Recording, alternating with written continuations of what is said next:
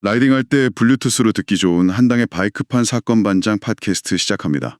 청취자 여러분, 오늘은 좀 마음 아픈 소식인데요. 최근에 많은 라이더분들께서 좀 안타까워하셨던 사고 소식, 그리고 이걸 둘러싼 온라인 커뮤니티의 그 뜨거운 반응들, 이걸 좀 자세히 들여다보겠습니다. 강원도 양양에서 있었던 사고죠? 네, 맞습니다. 지난 6월 18일 오전 한 10시 46분쯤이었어요. 강원 양양군 현남면 그 국도 7호선 원포 삼거리에서 일어난 사고입니다. 강릉 쪽에서 양양 방향으로 가던 승용차 한 대가 있었는데 이 차가 비보호 좌회전을 하다가요. 맞은편에서 직진해 오던 오토바이 2대랑 연달아 부딪힌 거죠. 오토바이 2대랑 그래서 그 사고 결과가 참 안타까웠습니다. 오토바이 운전자 한 분 48세 남성분이셨는데 심정지 상태로 옮겨지셨다가 결국 세상을 떠나셨고 다른 오토바이 운전자분 50세 남성분은 또 중상을 입으셨다고 하고요. 네, 그리고 승용차 운전자분, 이분은 78세 여성이셨는데 이분도 경상을 입으셨다고 합니다. 경찰은 지금 정확한 사고 경위를 조사 중이라고 하고요. 그렇군요. 여기서 그 비보호 좌회전 이게 좀 중요하겠네요. 네, 그렇죠.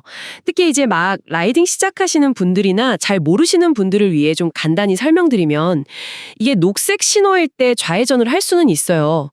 근데 맞은편에서 직진하는 차량이 있으면 그 차량한테 통행 우선권이 있는 거죠. 직진 우선. 네, 그래서 좌회전하는 차는 반드시 맞은편 상황 보고 안전할 때 들어가야 하는 겁니다. 만약에 사고가 나면 기본적으로는 그 좌회전 차량의 과실이 더 크게 잡힐 수 있는 그런 신호체계예요. 그렇군요. 이 사고 소식이 전해지고 나서 우리나라에서 제일 큰 바이크 커뮤니티 중 하나죠. 바튜메. 여기에 관련 글이 올라오고 댓글이 정말 뭐랄까 전쟁터 같았다고 하더라고요. 네, 저도 봤는데 정말 댓글 반응이 뜨거웠습니다.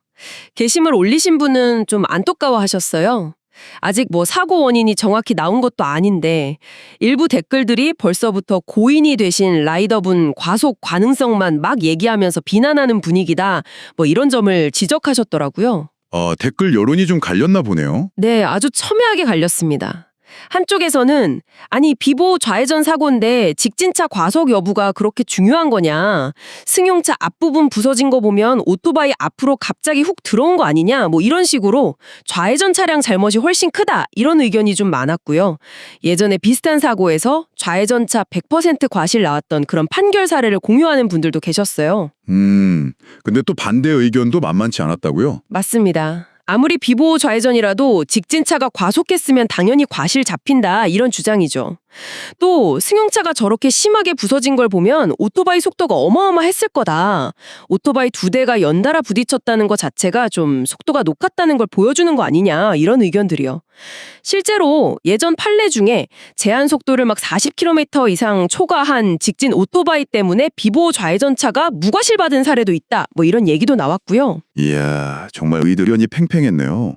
근데 이렇게 막 서로 다른 주장을 하면서도 좀 공통적으로 나오는 이야기도 있었던 것 같아요. 네, 있었습니다. 그게 뭐냐면 교차로에서는 진짜 무슨 일이 생길지 모르니까 무조건 속도 줄이고 방어 운전하는 게 답이다. 이 의견은 양쪽에서 다 나왔어요.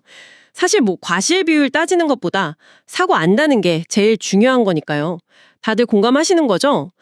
그리고 이런 논쟁을 좀 넘어서서 아예 그 비보호 좌회전 시스템 자체가 너무 위험한 거 아니냐.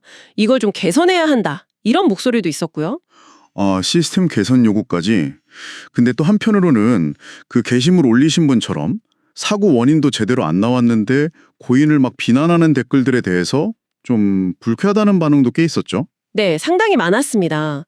특히 이게 같은 라이더 커뮤니티 안에선데도 소위 바혐이라고 하죠. 바이크나 라이더를 좀 혐오하거나 안 좋게 보는 시선이 느껴진다.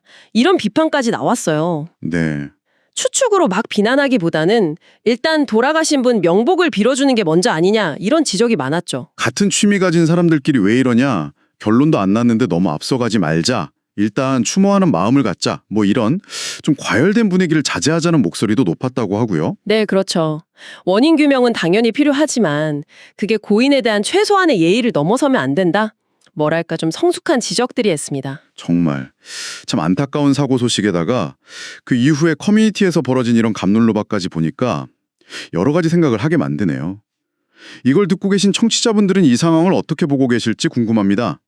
교차로 안전 문제, 그리고 비보호자회전이라는 시스템의 효율성이나 위험성 문제, 그리고 또 우리 라이더 커뮤니티 안에서의 어떤 소통 방식 같은 것들 다시 한번 좀 고민해 볼 계기가 된 것 같습니다. 네, 이게 참 흥미로운 게 법적으로 과실을 따지는 건 블랙박스나 여러 증거를 가지고 객관적으로 하겠지만 온라인에서는 각자 경험이나 추측이 막 섞여서 전혀 다른 해석들이 나오잖아요.